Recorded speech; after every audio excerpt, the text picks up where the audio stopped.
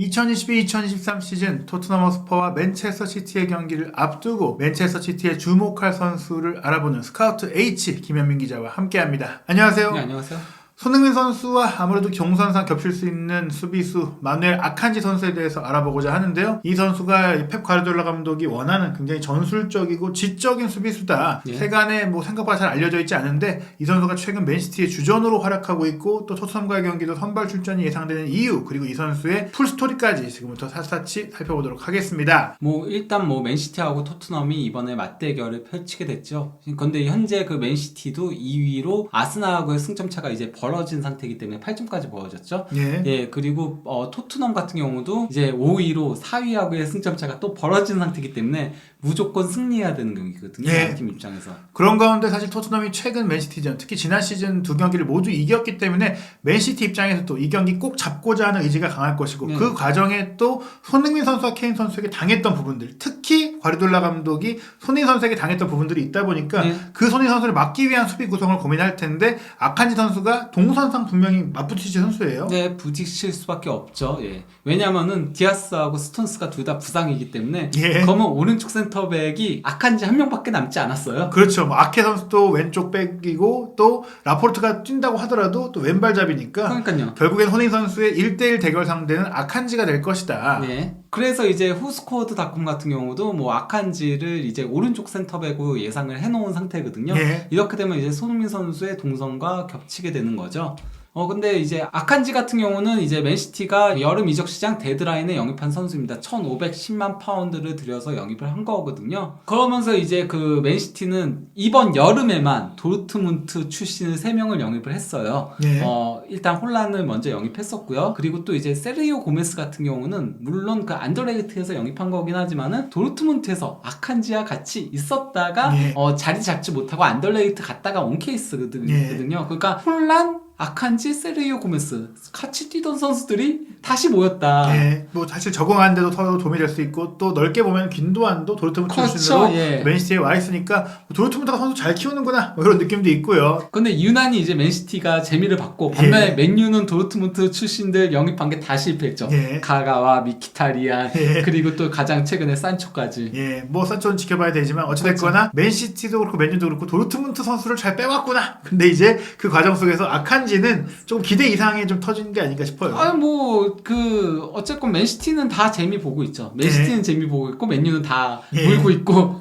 그런 가운데 사실 원래 아칸지가 애초에 여름 이적 시장이 우선순위는 아니었는데 가장 큰 원인은 라포르트의 부상이었어요. 그러니까 그 데드라인에 영입했다는 거는 급하게 영입했다는 소리거든요. 라포르트가 시즌 시작할 때부터 이제 부상을 당하면서 그래서 그것 때문에 이제 10월까지 빠지게 되다 보니까 그래서 급하게 영입을 하게 된 거였습니다. 거기다가 이제 아칸지를 영입한 이유는 결국은 펩의 스타일과 맞아야 되잖아요. 근데 이 선수가 도르트문트 시절, 아니 심지어 바제 시절에도 패스에 일가견이 있는 걸로 유명했거든요. 이게 그러니까 그 분데스리가에서의 마지막 시즌 기록인 건데요. 패스 숫자도 1812회로 5위였고요. 전체 전진 패스 688회로 21위, 패스 성공률이 90.6%에 달했고요. 그리고 볼터치도 많이 가져가고 수비 진영에서의 그 소유권 획득도 많이 하는 선수였죠. 그 공을 지배할 수 있는 수비수다라는 겁니다. 그리고 이제 무엇보다도 전진 능력이 필요하잖아요.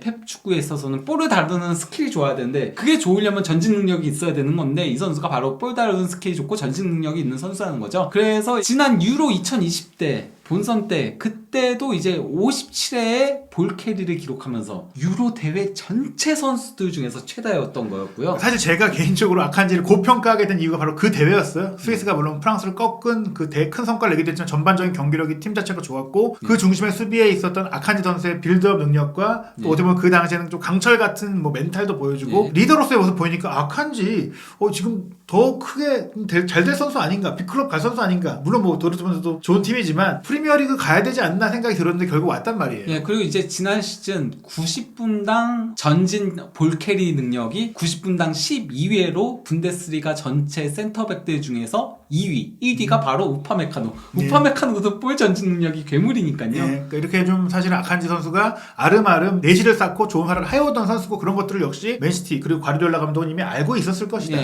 그리고 이제 커버 범위가 상당히 넓거든요. 뭐 그냥 히트맵을 보더라도 오른쪽 측면까지 크게 번져 있고요. 그리고 이제 패스 존을 보더라도 미드필더 라인에서도 패스를 상당히 많이 해주고 있고, 또 이제 오른쪽 측면에서도 패스를 상당히 많이 해주고 있죠. 그리고 이제 수비 액션 지역을 보더라도 중앙부터 오른쪽까지 이렇게 크게 커버를 하고 있죠. 요 위치를 보면 딱 손흥민 선수를 그냥 전담마크 할 위치예요. 이게 바로 이제 과르디올라 감독이 영입하게 된 계기 중에 하나라고 할 수 있는데, 이거는 뒤에 조금 더 얘기를 하도록 하고요. 그리고 또 이제 멀티 포지션 소화가 가능한데요. 그러니까 도트문트 시절에 센터백부터 좌우 풀백까지 전부 다 뛴 경험이 있거든요. 예. 근데 그 현재 맨시티가 수비 뎁스가 그렇게 넓지가 않잖아요. 예. 그러니까 아까 뭐 센터백 쪽도 부상이 많다라고 얘기한 데다가 풀백도 여전히 좀 얇거든요. 일단 뭐 칸셀로하고 워커가 있는데, 워커도 이번 시즌 들어서 조금 하락세를 보이고 있고, 맨디는 금지여고, 그래서 출전 금지 상태니까 아예 그냥 저렇게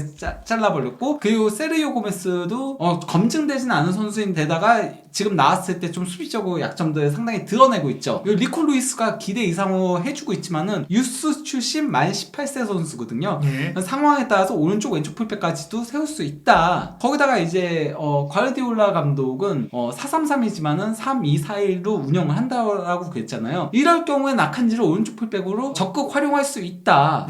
그렇게 되면은 지금 뭐야, 센터백들이 계속 라포르트도 부상이고 디아스도 부상이고 스톤스도 부상이고 이러다 보니까 아칸지가 계속 센터백으로 나오는 거지만은 디아스, 라포르트, 스톤스가 정상 가동된다면은 아칸지가 오른쪽 풀백으로 나와서 워커의 최근의 부진들을 대체할 수 있다는 거죠. 그럼 백스리 운영을 할 때 이렇게 와서 자연스럽게 플레이를 해줄 수 있다는 겁니다. 이게 뭐 어떻게 보면 비대칭 풀백이라고도 할 수 있는 게, 칸셀로가 어떻게 보면 왼쪽 풀백이지만 또 안에 들어가서 미드필드도 되고 왼쪽 윙까지 역할을 하니까 상대적으로 오른쪽 풀백으로 아칸지가 나오다고 하더라도 오버래핑 높이 올라가지 않고 오른쪽 센터백처럼 뛰면서 균형을 맞출 수 있다는 겁니다. 근데 이제 아칸지 같은 경우는 뭐 지난 시즌 도르트문트 선수들 중에서 순간 최고 속도가 34.35km/h로 5번째로 높았거든요. 그러니까 신체가 크니까 느릴 거라고 하는 사람들이 편견을 가질 수 있는데, 홀란처럼 이 선수가 크지만 빠르다. 즉 이제 측면 수비수로서도 커버가 가능하고 상대의 빠른 윙어도 막을 수 있다는 겁니다. 바로 1위가 홀란이고요. 2위가 엠네찬 풀백도 뛰는 선수죠. 그리고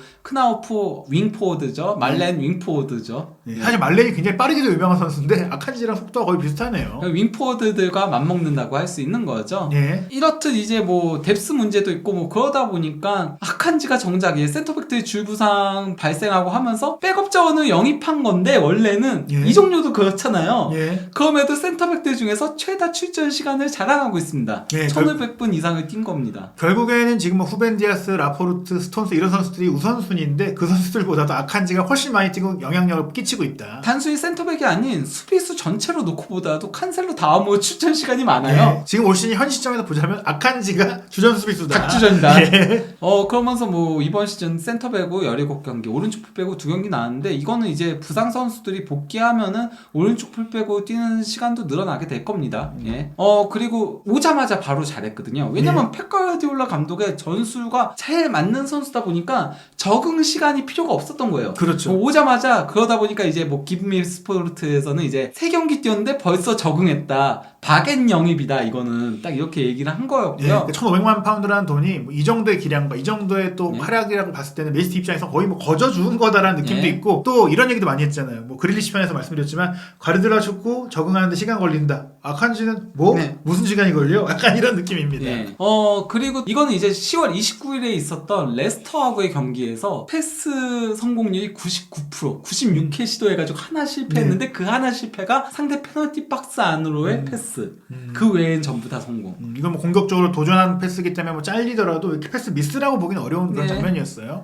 그리고 이제 10월 8일 사우스햄튼하고의 경기에서는 풀백으로 이제 처음 나왔던 거였는데요. 이때 좋은 모습을 보여주면서 이제 스카이 스포츠에서도 또 바겐 영입이었던 아칸지가 과르디올라의 영리한 오른쪽 풀백 문제 해결사로 등장했다라고 평가를 한 거거든요. 지금 이 정도의 퍼포먼스를 보이고 있는 선수를 영입하려고 한다면 저 돈으로 말도 안 돼요. 최소한 뭐 지금 바겐이라는 이유가 2배도 아닙니다. 3, 4배 정도 나갈 수도 있어요. 어쨌건 간에 오른쪽 풀백으로 나왔었는데, 여기서 보면은 오른쪽 풀백임에도 불구하고 쫙 패스들이 번져져 나가서 그러니까 높게 전진한 왼쪽 풀백과 왼쪽 윙을 제외한 나머지 선수들한테는 전부 다 패스를 공급을 해줬다는 거예요. 네. 이 정도로 그 패스 능력을 확실하게 보여줬다고 할 수 있고요. 그리고 또 기본 위치를 보더라도 비대칭 풀백이 딱 보이는 거죠. 네. 그리고 또 이제 그 경기에서 뭐 볼터치 97회 그리고 패스 79회 그리고 슈팅도 2회를 가져갔어요. 그러니까 전진도 어느 정도 해가지고 슈팅까지 또 가져갔다는 거고. 상대 문전까지 들어갔네요. 예. 그리고 이제 태클 4회도 기록을 하면서 가장 많이 기록을 했고, 수비 진영에서의 소유권 획득도 3회로 두 번째로 많았고요. 공수 양면에 걸쳐서 전천후 활약을 펼쳤다고 할 수 있겠습니다. 예. 그리고 뭐 이게 히트맵인 거였고요. 그 경기에서. 그리고 이제 패스맵이었는데 패스맵도 상당히 거가 다양하게 분포가 되어 있고, 예, 특히 왼쪽으로의 패스들은 전부 다 정확하게 연결이 됐었죠. 예, 거기가 빌드업의 구심점이자 예. 과르디올라 축구가 추구하는 이 후방 빌드업과 포지션 플레이에 있어서는 예. 핵심적인 선수다. 예, 그러면서 방금 얘기했던 사우스햄튼전도 그렇고 레스터전도 그렇고 다 10월이잖아요. 그러다 보니까 10월 이달의 선수 맨시티 10월 이달의 선수를 수상하는 영예를 얻었죠. 예, 이게 9월 1일에 영입한 선수이기 때문에 곧바로 입단 2달째 만에 이 기록을 세운 거니까 정말 엄청난 적응력이라고 할 수 있겠습니다. 거기다가 이제 월드컵에서도 본인의 그 전진 능력을 확실하게 드러냈었거든요. 일단 뭐 이게 조별리그 기록들이긴 한데요. 로드리, 라포르트, 아케, 스톤스 다 맨시티 선수들의 맨시티 선수들이네요. 그러니까 이런 선수들 영입하는 거예요. 그렇죠. 그러고 나서 이제 핫산에 이어서 이제 6번째로 많은 수치를 기록을 한 거고요. 그리고 이제 볼을 끌고 올라간 거리에서 있어서도 또 여기서 또 맨시티 선수들이 스톤스, 아케, 로드리, 그리고 아칸지 1, 2, 3, 4위를 기록을 한 거죠. 그러니까 뭐 맨시티가 어떤 축구를 추구하고 또 과르디올라 감독이 어떤 선수를 원하는지를 이제 명확하게 보여주고 아칸지는 이미 과르디올라 감독에게 배우기 전부터 그 능력을 갖고 있었다. 그리고 전부 다 국가는 다르지만 맨시티라는 하나의 공감대를 형성하고 있다는 거죠. 그러니까 뭐 대회에서 볼 전진 잘하면은 맨시티 갈 가능성 높다. 그렇죠. 수비수가 내가 맨시티 가고 싶다 그러면은 이런 장점들을 잘 분석해서 키워야 되지 않겠느냐. 다만 이제 아칸지 선수가 신체 조건에 비해서는 공중볼에 좀 약한 것 같아요. 188인데요. 공중볼에 정말 약해요. 이 선수가 그래서 분데스리가 시절에도 이거를 집중 공략을 당하면서 한동안 힘들어했던 시기도 있었거든요. 그러다가 백스리로 도르트문트가 전환하면서 조금 다시 안정감을 찾기 시작했던 부분들이 있는데 이번 시즌 기록인데 공중볼 경합 승률이 36.7% 이거 너무 심각한 거예요. 수비수로서는 좀 이해하기 어려워요. 사실 수비수는 60% 나와줘야죠. 그리고 뭐 김민재 선수 같은 경우는 일부 경기에 거의 뭐 90%까지 나온 정도가 있기 때문에 이거는 문제가 있네요. 그러니까 수비수는 원래는 위치를 잡고 하기 때문에 공중볼 승률이 올라갈 수밖에 없거든요. 태클 승률은 68.8% 굉장히 높은데 저 공중볼 승률 저게 고질적인 문제죠. 이게 이제 토트넘이 아마도 올 시즌 헤딩골도 많고 또 세트피스 골도 많은 상태에서 케인을 통해서 공략할 수 있는 포인트가 아닐까 싶은데요. 그러면 뭐 아칸지 선수의 어쨌건 간에 간단한 프로필을 보자면요. 비젠단겐이라고 저게 취리시에 위치한 빈터투어주의 거기에 있는 도시인 건데요. 그 도시에서 1995년 7월 19일에 출생을 했고요. 스위스 나이지리아 이중 국적으로 돼 있는데 뭐 그가 나이지리아 이주민이냐 생각을 할 수도 있겠지만 그건 아니고요. 일단 그런데 중간 이름이 오바페미가 들어가잖아요. 나이지리아의 많은 이름이죠. 마누엘 오바페미 아칸지인 건데요. 본인은 이 이름을 상당히 좋아하는지 그 인스타그램의 아이디도 오바페미 5로 돼 있더라고요. 오바페미. 근데 한국어를 아는 한국어를 아느니에요. 근데 그 오바페미의 의미는 왕의 사랑이라고 하더라고요. 그래서 그런지 저기 왕관 헤어컷을 한 적이 있었던 거였죠. 근데 그 가족 사항이 어떻게 되냐면요. 일단 뭐 순서대로 누나인 사라, 그리고 아버지인 아빈몰라, 어머니인 이사벨, 그리고 동생인 미셸인 건데요.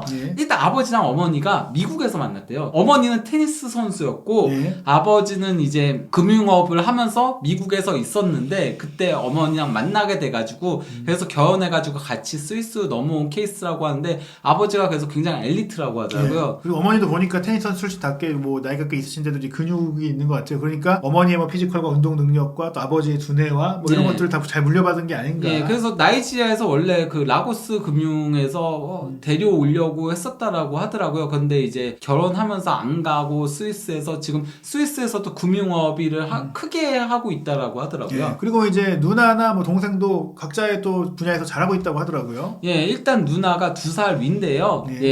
축구 선수 출신입니다. 그 빈터 투어 지역이라고 했었잖아요. 예. 그 사는 곳이 그 아칸지도 빈터 투어에서 축구 선수를 시작을 했었는데 그 누나도 빈터 투어에서 축구 선수를 했다가 그다음에 쌍갈렌에서 축구 선수를 했었는데요. 근데 이제 축구 선수 은퇴 후에는 전계 진출해가지고 현재 취리주 시의원을 하고 있습니다. 네, 이거 대단한 이력이고 흔치 않은 이력이에요. 뭐 예. 정치인으로서 활약을 하고 있다. 약간 그 노동당에서 일을 하고 있는 거거든요. 그런데 이제 올해 봄에 있는 주의회 출마는 포기했대요. 현재 그 시의원을 계속 하고 있는 중인데 악성 메일들을 너무 많이 받고 있대요. 그러니까 뭐 성과 관련된 네. 그런 것들이라던가 아니면 또 이제 피부색과 관련된 인종차별 좀 예, 당하네요. 정치인이다 보니까 예. 약간 좀 그런 것들 너무 많이 받아가지고 그래서 예 이번까지만 하고 그만할 거라고 선언을 하긴 했어요. 네, 뭐 정신적으로 힘든 일을 굳이 뭐 할 필요는 없을 것 같습니다. 예, 그리고 이제 6살 밑에 동생인 미셸도 육상 선수. 예. 예, 그건 다 운동을 하는 집안이라고 할 수 예, 있겠죠. 타고난 이 운동 능력이 있고 아칸지도 분명히 그런 부분들을 갖고 예. 있다. 근데 아칸지는 어렸을 때부터 이제 굉장히 똑똑했던 걸로 유명하거든요. 예. 예, 그리고 아버지가 어렸을 때부터 계산하는 법을 계속 시켰대요. 예. 연습을 계속 시켰는데 그러다 보니까 어렸을 때부터도 뭐 표지판이라던가 아니면은 이제 차 뒤 번호 같은 것들 가지고 숫자를 정말 다양한 형태로 조합들을 하면서 계산들을 했었다라고 하는데 그래서 암산왕이에요. 네. 어렸을 때 암산 대회 나가서 항상 우승을 했었다라고 하는데 이게 이제 도르트문트 구단 공식 유튜브 고메스랑 같이 있는 건데 네. 이때 고메스는 계산기를 두들기는 거고 아칸지는 그냥 암산을 하는 건데 64 곱하기 20을 하니까 바로 답이 나오는 거예요. 네. 계산기보다 빠르다. 예. 이거 재밌는 콘텐츠였던 것 같고요. 그래서 뭐 이게 이제 SRF라는 이제 독일 방송에 나가서도 또 했는데 또 바로 답이 나오고요. 예, 왜냐면 또 이제 또 구단 방송에서 하면 좀 조작된 거 아니냐 또 의심할 수도 있는데 이렇게 방송사에서도 검증이 됐고 또 맨시티에 와서도 했어요. 예, 맨시티 와가지고 이것도 또 이제 방송 스카이 스포츠 나와가지고 했던 거였는데 26 곱하기 77, 2002 바로 나오는 거예요. 이게. 예. 아칸지의 이 두뇌 사실 이게 머리가 빨리 돌아간다는 게 또 축구로 봤을 때도 공간 파악이라든지 예. 뭐 선수의 수적 우위 싸움이라든지 이런 거에도 좀 도움이 되지 않을까 거기에 싶네요. 대해서 아칸지가 힌트를 주긴 했거든요. 그러니까 자기 계산하는 방법에 대해서 예. 예를 들면 26 곱하기 77이잖아요. 예. 26 곱하기 70 한 다음에 그 다음에 7을 하면은 쉽게 된대요. 그게 이게 쉽게 되나요? 모르겠는데. 저는 쉽게 안 되는데 27, 70 예, 안 따로 돼. 곱하고. 전 숫자에 예. 약해서 못하는데 예. 아무튼 예 그렇게 예. 얘기하더라고요. 좋은 방법이 있으면 뭐 사실 이걸 쓸 일이 별로 없어서 예. 하지만 예. 지금 수학을 공부하는 어린이들에겐 도움이 될 것 같습니다. 예, 그리고 이 무역업도 현재 뭐 학위를 딴 상태고요. 상당히 네. 그러니까 예, 똑똑한 걸로 유명해요. 어렸을 때부터 유명했다라고 하더라고요. 예.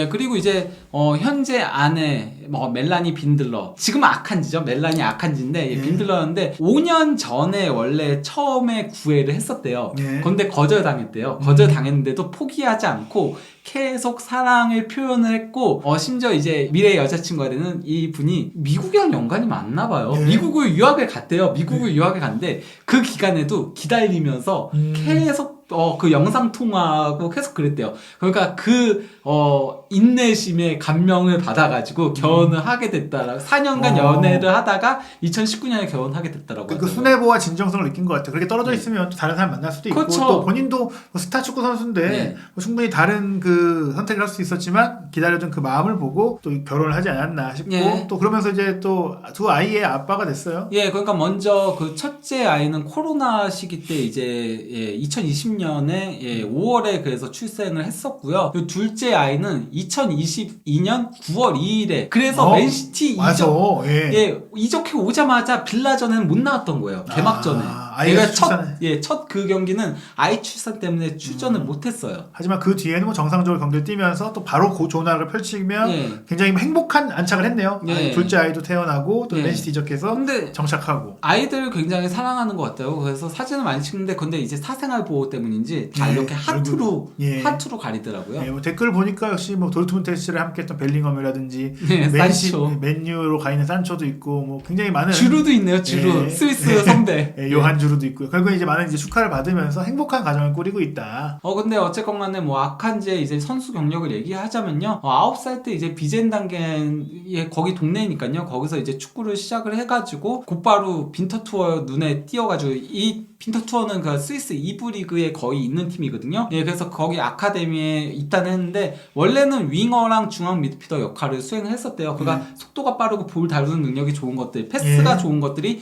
이런 데서 이제 드러난다라고 할 수 있는데 17살에 이제 센터백으로 키가 크면서 이제 센터백으로 변신을 한 거고 18살에 프로 데뷔해서 19살에 바젤로 이적했고 그 다음에 이제 도르트문트 가가지고 현재까지의 스토리들이 이어지는 거죠. 예, 뭐 지금의 이적 사도를 보고 또 포지션 이동을 보더라도 이 선수의 재능이라든지 능력을 빠르게 인정받지 않았나. 네. 바젤도 뭐 스위스 최고의 팀이고 도르트문트도 뭐 독일 최고의 팀이니까 네, 그렇죠. 여기에 이제 프리미어리그 최고의 팀 중에 하나인 맨시티까지 가는 탄한 대로 걸은 것 같은데요. 근데 흥미로운 게 뭐 사실 많은 그 이 시절의 어린이들은 맨시티보다는 맨유 팬이 좀 많았던 것 같아요. 그렇죠. 예. 그러니까 아칸지가 그 도르트문트에 있었을 때 이제 그 도르트문트 지역지와의 인터뷰에서 예, 뭐라고 얘기했냐면요. 맨유 팬이었다며 하면서 물어보니까 사실이다. 어렸을 때 맨유 팬이었다. 하지만 지금은 아니다. 왜냐? 나는 무리뉴의 축구를 좋아하지 않기 때문에 잘 보지 않는다. 이게 명확한 자신의 이제 축구 철학을 보여주네요. 나는 공을 또 빌드업하고 기술적인 그런 플레이를 하기 좋아하는 센터백이니까 그런 축구를 좋아하는데 무리뉴는 솔직히 센터백은 수비하는 뭐 그런 축구를 좀 추구했었기 때문에 그런 식의 플레이하는 걸 난 좋아하지 않는다라고 얘기를 한 거죠. 또 펩이 왜 사랑하는지를 알 수 있는 선수기도 하네요. 그래서 이제 덧선에서 아칸지를 맨시티가 영입했을 때 맨유 팬이었으나 이젠 더 이상 아니다를 데려왔다.